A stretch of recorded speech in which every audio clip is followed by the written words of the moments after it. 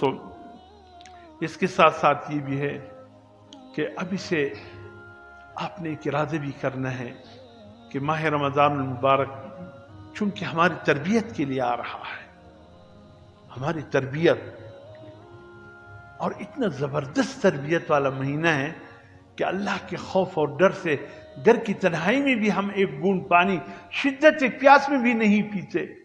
اگر کھانے کا طلب بھی ہو، ہم گھر کے اندر کھانا بھی ہے، روٹی بھی ہے، کمرے کی تنہائی ہے، کوئی نہیں دیکھ رہے ہمیں، لیکن پھر بھی ایک لقمہ اندر کیوں نہیں جا رہا ہے کہ جس اللہ کے لیے میں نے روزہ رکھا ہے وہ تو مجھے دیکھ رہا ہے۔ کتنی زبردست تربیت ہو رہی ہے۔ یہی اللہ چاہتے ہیں کہ میری بندوں کی تربیت ہو۔ اس لیے حضور صلی اللہ علیہ وسلم فرماتے ہیں جو شخص روزہ رکھ کر بھی جھوٹ کو نہیں چھوڑتا، غیبت کو نہیں چھوڑتا، حسد کو نہیں چھوڑتا، لگائی بجائی کو نہیں چھوڑتا، جھوٹی قسموں کو نہیں چھوڑتا، تو پھر خالی روزہ رکھنے کا یعنی کھانے پینے سے رکنے کا نام روزہ تو نہیں ہے، یہ تو ایک تربیت تھی۔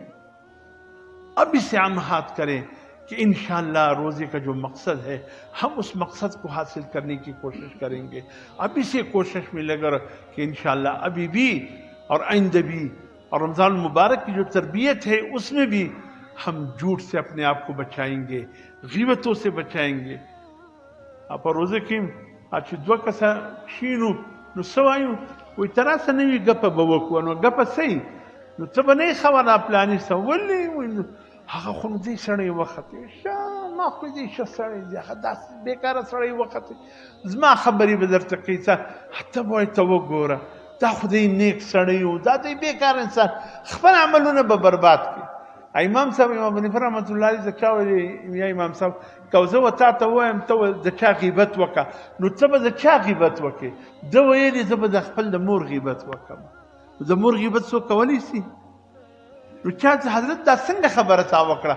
وایي په غیبت کې ستا ښه عملونه ګرده واکس ته دي د چا چې غیبت کوي، نو زما زړه به دا غواړي چې زه خپل ښه عملونه خپل مور ته ورکړم۔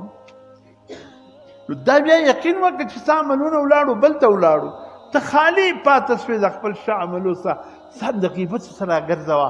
که زړه دې غواړي په مجلس کې ناست یې غیبت خبرې وچلېدې، ځان وباسه دغه مجلس نه وباسه، خپل عملونو حفاظت وکړه۔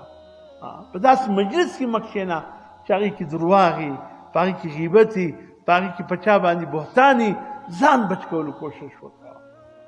دا یو عجبه تربیت دی